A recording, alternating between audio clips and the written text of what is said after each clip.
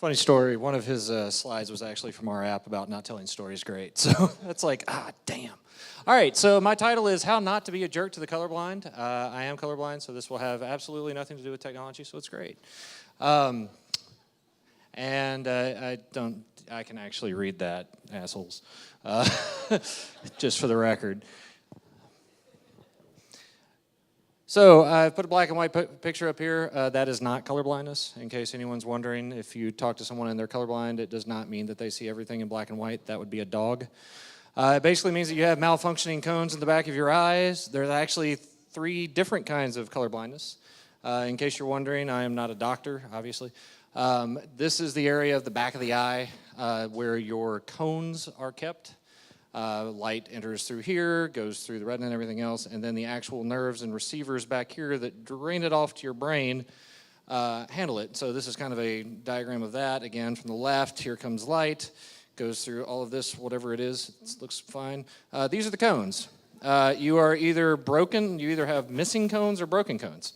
So there are 3 main types. This one is deuteranopia. I don't know how to actually say that.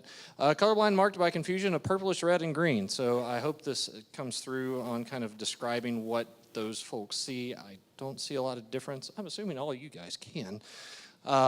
Same thing with tritanopia. This one's a little bit more pronounced, particularly for me.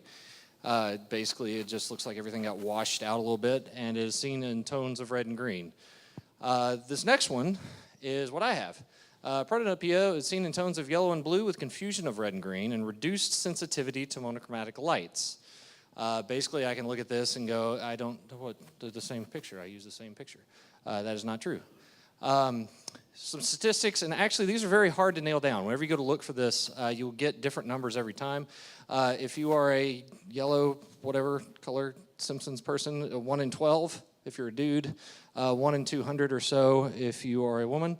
I really hate these things, but it's the only way that you can actually diagnose colorblindness. They basically give you a series of them, ask you what you can see, and if you answer one way, they say, yep, you're this kind. There's a series of them, and I look at it. Yeah. This is what usually comes up. It says, oh, you're red-green colorblind. How the hell do you drive? Can you not see the red lights? I'm like, well, actually, there's a concept of UX about affordances. It's like if you put one on top in the middle of whatever else. I don't like seeing them sideways. And this is what makes me sad, because I can look at this, and if I'm like, wait a minute, okay.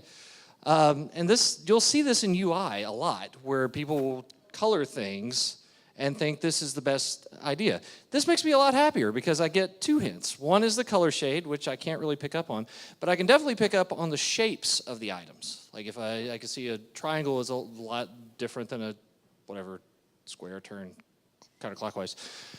Charts, the same strips. People will do this to me. Very, very mean. This is a little bit easier because there's a lot more contrast. So contrast is another thing. So shape helps, contrast, shading, other things. This is from Raven, the company I work for. This was the first version they put up there, and I'm like, guys, I'm right here. I was like, what the hell are you doing? And this was the next version that came out after I complained. Again, it's using that stuff. Also, this, please God, don't. I can't tell that if you said, well, this is important, well, this is important. I can't tell the difference between those things. It's hard to spot. And if you're trying to communicate with a good portion of the population, you have to. This, screw these guys. Pretty sure this is from CloudFront or whatever else.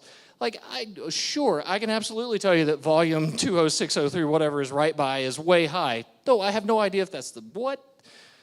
This, please don't do this. It makes me cry. Because the colors will pop off the screen and it will actually make, if I were to stare at this for long enough, it would make my eyes water. It actually has that painful effect for folks. This is from Trello. God bless them. Because they have a colorblind friendly mode. And what it means is that it adds textures and slides to it so you can very quickly look at something and see what the person who's trying to communicate. Computers are colorblind. I don't know if you know that. They have no idea what any color is. That's the reason why you have Pantone colors and CMYK and RGB and hex codes down here for web designers or whatever. So that's my talk. This is how you actually love the colorblind, is to take these things into mind whenever you actually come up against them and have any kind of user base. So thanks.